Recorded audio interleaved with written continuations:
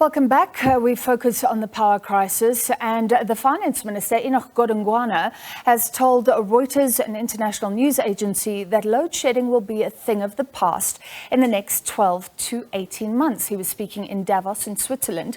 He says South Africa has a plan to improve energy provision. Now, that may be news to many South Africans who have heard promises before, and as we've been seeing tonight in response to our question, many of us aren't confident about the efforts underway to solve the problem.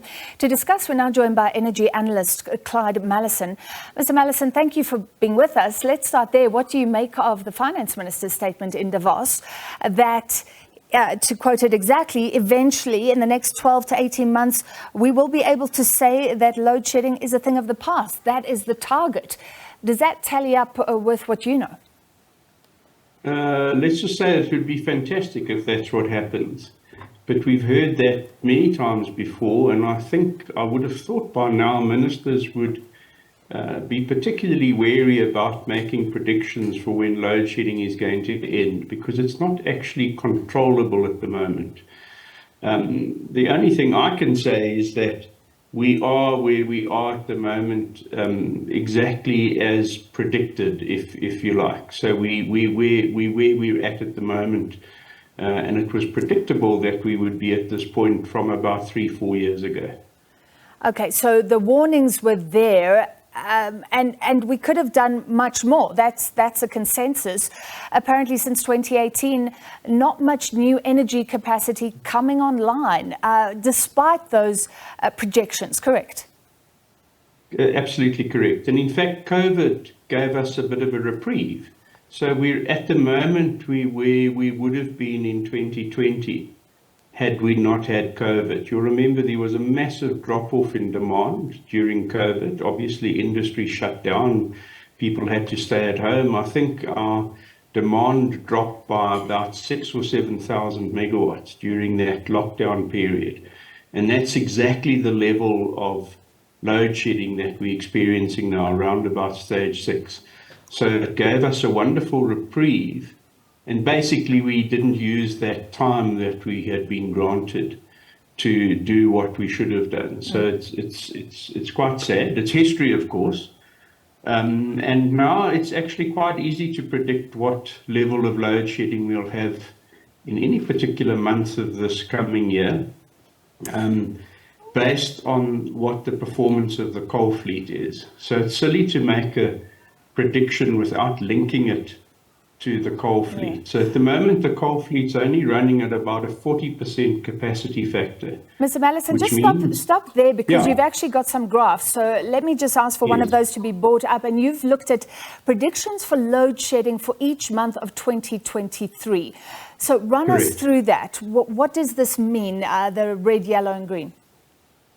Right, those are actually the hours of load shedding, this particular graph. So if you look at January, if the coal fleet performs at 40%, we'll have 613 hours of load shedding. If the coal fleet behaves better than 40%, as it improves the coal fleet, there'll be fewer and fewer hours of load shedding. So that's what that graph tells us, is the black background with the white figures is the capacity factor or the performance of the coal fleet. And as that improves from 40 to 50 to 60%, you can see if we could get our coal fleet up to 60%, we would have no load shedding, except we'd have a couple of days in June and July. But at the moment, as I said, we're sitting at 40%. So you can use a chart like this to predict how many hours of load shedding you'll have in each month. And I also produced a similar chart which shows the severity of load shedding in each month based on the performance of the coal fleet. Well, how likely, so if we stay at 40% where we are now, roughly, that's what you're saying, we will stay in the red, many hours of load shedding. How likely is stage 8, for example? Well, you know, the scary thing with my figures is I modeled them with no restriction on diesel usage. So I kind of said we've got an infinite diesel budget. And I said with that infinite diesel budget, I think this is the graph that shows the diesel spend. You can see there in January, I'm spending 11 billion at 40%. In February, 12 billion. Now, we don't have that kind of budget. That's more like an annual budget in each month. So my model said, if we had no budgetary constraints on diesel, the commensurate load shedding we'd have, which was shown on a different table, or the days of load shedding, would be as shown. But the reality is that we don't have as much money as this to spend on diesel. So from the tables I generated, we actually have to add about 2 stages of load shedding onto what my tables show if we can't have an unlimited diesel budget. It gets even scarier than that, because even if we had an unlimited diesel budget, we can't get the diesel there fast enough. So when all the OCGTs are running, when all the diesel fleet is running flat out, you can't bring trucks in fast enough to fill the diesel storage tanks to allow the diesel OCGTs to run 24/7. So think of it like a bucket with a hole in it. Sure. Where you're trying to fill that bucket, and the hole in the bucket's bigger than the hose pipe you're trying to fill the bucket with. So there's actually a technical limit to how much diesel we can get there, even if we had an infinite amount of money. Sure, and we certainly don't. And let's just put into context that the current headlines linked to Eskom talk about the struggle between Eskom and Treasury about that diesel money. And if this is any indication, it doesn't suggest Eskom is going to get much money for now, because the finance minister speaking in Davos said, I don't think Eskom has a diesel problem. It has a management problem. So that doesn't look likely. I mean, if a 12 to 18 month plan is presented, maybe that will come soon. We know that the president is meeting various parties. It's deja vu. We've seen many rounds of this before. But give your suggestions. What are the low hanging fruits? What could be done immediately to make a difference? Well, the first thing is just to remember what we didn't do. We didn't use the time we were granted. So that low-hanging fruit has gone rotten, I'm afraid. It's dropped to the ground and we didn't make use of it. So we now have to pull out all stops, and it's basically become a question of logistics. It's unquestionable.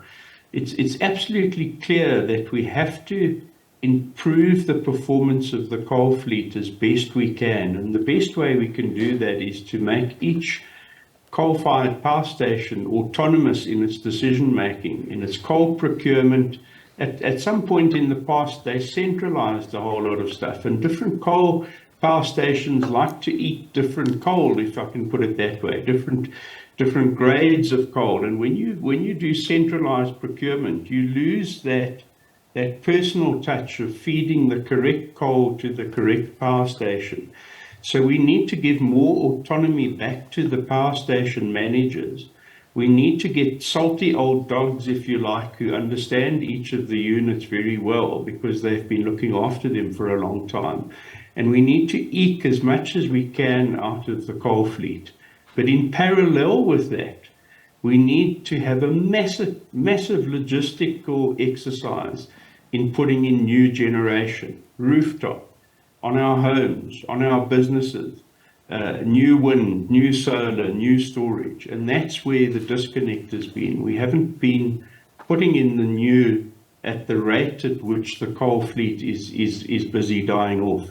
And so those two things need to be in tandem, and no one solution is the solution. We have to improve the performance of the coal fleet, but we can't set pie-in-the-sky targets of how much we can improve that performance. So we need to go to the people who are running the coal fleet at the moment, congratulate them on what they're doing, and tell them that next year we expect a little bit less from them, and the year after that a little bit less. And instead we're going to them when they're exhausted and saying, we want you to do more. And they're just looking at each other and saying, this guy's crazy. How can we get more out of this coal fleet at the moment? Whereas if you went to them and said, we're expecting you to systematically wind down the coal fleet over the next 10 to 15 years, there would be a sigh of relief.